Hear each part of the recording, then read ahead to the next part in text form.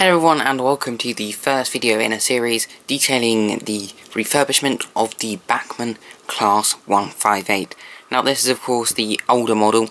The new models of course do not need refurbishing. I'll just go through what steps I'm going to take to refurbish this model and take it up to modern standards.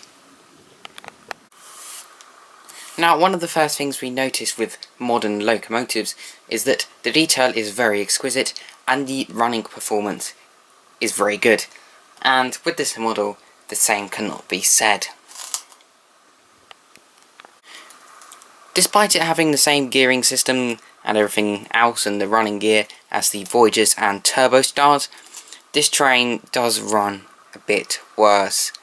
At slow speeds it speeds up and slows down quite a lot, and it often gets stuck when speeding up and then suddenly jerks back into life, which is not very realistic and certainly not prototypical. So what I'm going to do to combat that is I'm hopefully going to change the motor for a suitable replacement. Of course I'm not going to get the motor straight from Bachmann, otherwise they'll probably charge me a fortune. But I'll see what I can find for the motor side of things.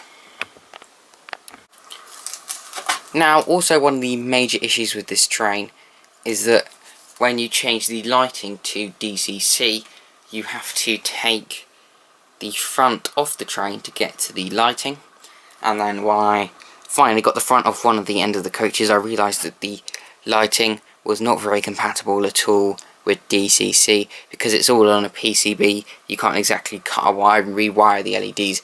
You actually have to desolder the wires from the PCB to have a good job, so you have to desolder all the components, which is a big pain.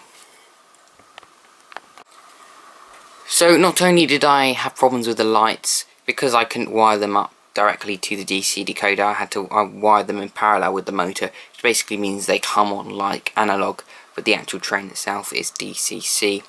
One of the other major flaws in this model is that the lights are not very prototypical coloured. For example, the yellow, which is the headlights, they are not very nice colour. They're not a very prototypical colour.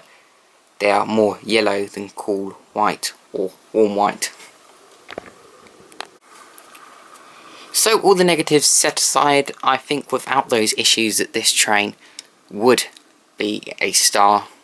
It would work really well, so I'm hoping to go and get them fixed shortly. What I'm going to do is I'm going to take apart the train and see how it all fits together, and hopefully I can find the replacement parts. I can imagine what I'll end up doing is I'll end up getting replacement LED lights and just keeping the old PCB and stuff, but not using it.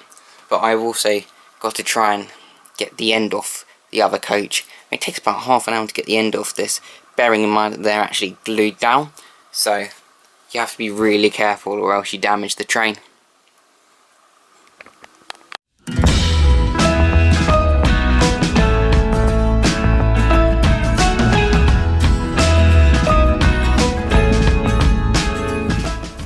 Right, so I think that brings me to the end of the introduction to the 158 project.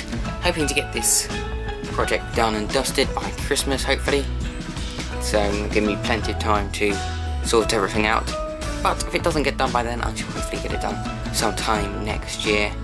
Keeping my fingers crossed that I won't have to replace any traction tyres on any other trains, or that might delay the revamp of this unit. But for now, thank you for watching, and I'll see you on the next video.